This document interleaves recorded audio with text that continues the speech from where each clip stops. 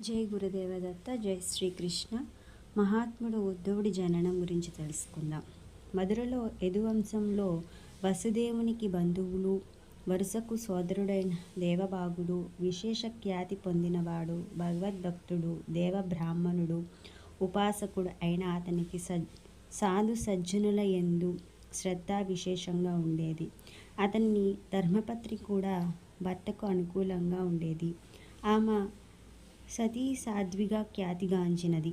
శ్రీకృష్ణ భగవానుడు మధురలో అవతరించిన కాలంలో ఈ దంపతులకు ఉద్ధవుడు జన్మించాడు. ఉద్ధవుడు పరమాత్మ యొక్క నిత్య సహచరుడు. వాసుదేవునితో పాటు అతడు మధురకు విచ్చేసి శ్రీకృష్ణ భగవానుని సేవించుకుంటూ ఉండేవాడు. అతని మనసులో మరో కోరిక ఉండేది కాదు. జై శ్రీకృష్ణ.